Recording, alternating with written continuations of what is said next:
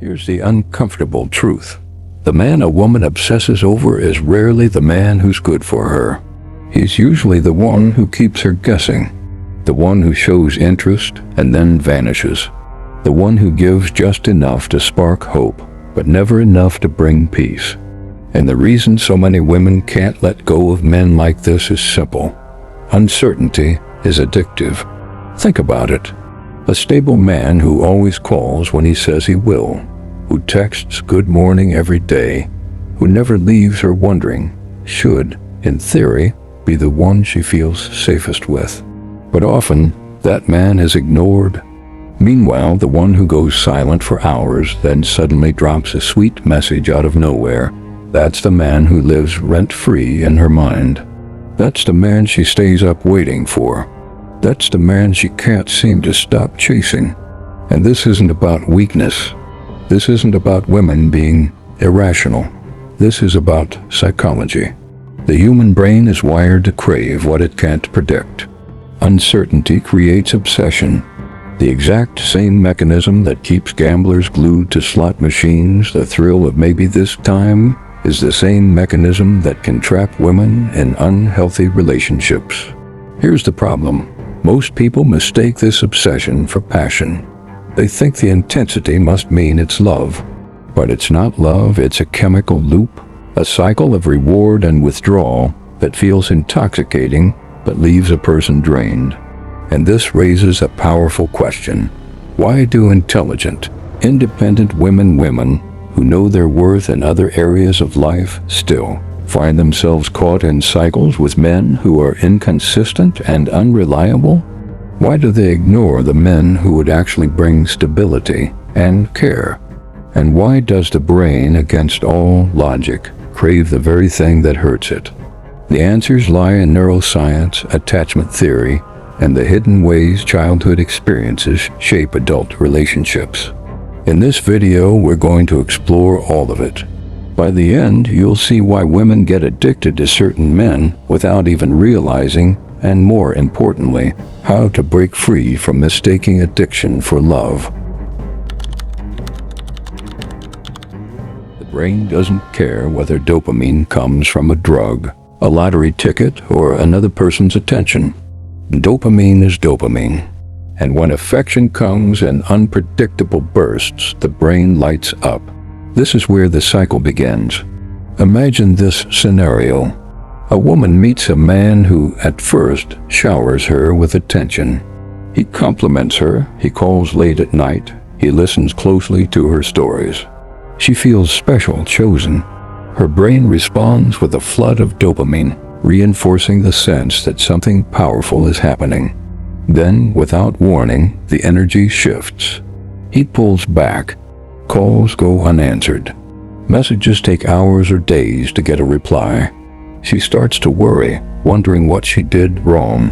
Just when she's ready to give up, he reappears warm, affectionate, attentive again.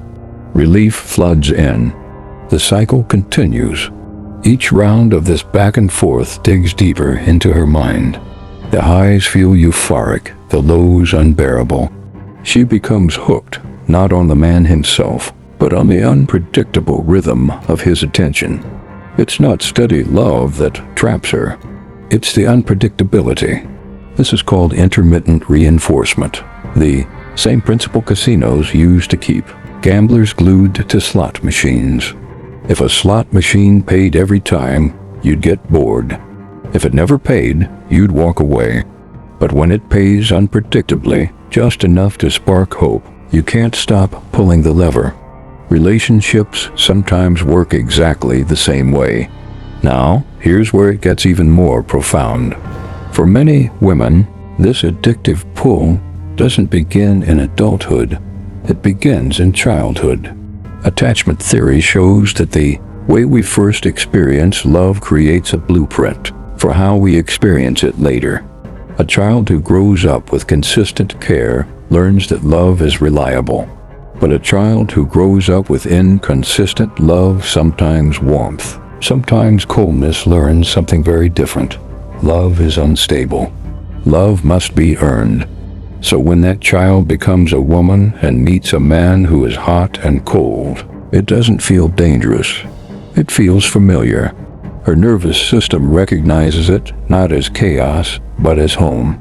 She may even say, "I don't know why, but I feel such a deep connection with him." But what she feels isn't destiny. It's recognition. Her body is reliving an old story.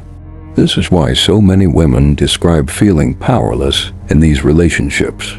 They know the man is unreliable. They know he doesn't meet their needs. And yet they stay because deep down, they're not just chasing him, they're chasing a chance to finally fix the wound that inconsistency left long ago. And here's where identity comes in. Addiction is not only chemical or emotional, it's also tied to ego. Many women convince themselves, "I'm the one who understands him. I'm the one who can fix him. I'm the one he truly opens up to." That belief becomes intoxicating. It feels like purpose. To walk away feels like failing a mission. It's not just about losing a man, it's about losing the identity of being the one who mattered. That's why leaving feels so hard. Walking away isn't simply ending a relationship. It's letting go of the fantasy of healing the wound, of finally proving, "I am enough." And while this plays out, something else happens. The good men, the consistent, steady ones get overlooked. Why? Because stability doesn't spike dopamine. Predictability doesn't create adrenaline. To a nervous system trained on chaos, stability feels boring. So a woman may reject the man who would bring her peace, not because she doesn't want peace, but because her body has been conditioned to equate anxiety with passion. This is the cruel irony. Many women will say, "I just didn't feel the spark," but often, what they didn't feel was the familiar chaos, the adrenaline, the uncertainty that their body has mistaken for love. Now, let's zoom out. This isn't just about individual choices. Culture amplifies it. Society often praises men who are detached, emotionally unavailable, or hard to get, calling them confident, mysterious, or high value. At the same time, women are subtly taught that their worth is tied to being chosen, especially by the men who are the hardest to win over. That story reinforces the addiction. It makes the chase feel meaningful. But here's the truth. It's not meaningful. It's a trap. Breaking free means first recognizing the trap for what it is. The moment a woman can look at the cycle and say, "This isn't love, this is addiction," she begins to reclaim her power. Awareness is the first step. The next step is rewiring the nervous system. That means teaching the body that love isn't supposed to feel like anxiety, panic, and waiting. Love is supposed to feel like peace. This takes time and practice through therapy, journaling, mindfulness, surrounding yourself with healthier models of love. It means redefining passion. Passion isn't chaos. Passion isn't constant fear of loss. True passion is presence. It's consistency. It's vulnerability. Think about food.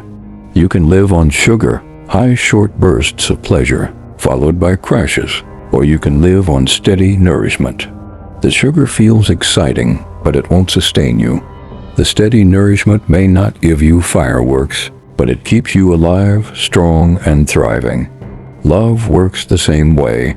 Addiction will always promise intensity, but it will never give peace. Real love may not feel like a roller coaster, but it gives you something much more valuable. A safe place to grow, to rest, to rise. And here's a final layer to reflect on. Men, too, fall into these traps. Men can also become addicted to women who are inconsistent, who play hot and cold. Addiction doesn't care about gender, but the cultural narrative often glorifies male distance while punishing female vulnerability. That imbalance makes women more likely to carry the weight of proving themselves in these cycles. To break free means not just healing individually, but questioning the cultural story itself. So here's the most controversial truth of all. Most women don't fall in love with men. They fall in love with the chemical highs those men create in their brains. They fall in love with the rush, the unpredictability, the thrill of maybe this time, and until you see it clearly, you will keep mistaking addiction for love. But once you see it, you can never unsee it. You realize love isn't supposed to feel like waiting by the phone, praying for crumbs of attention. Love isn't supposed to feel like gambling, like hoping the jackpot finally comes. Real love is supposed to feel like peace, like freedom, like home. Now I want to hear from you. Have you ever been in a relationship that felt more like an addiction than love?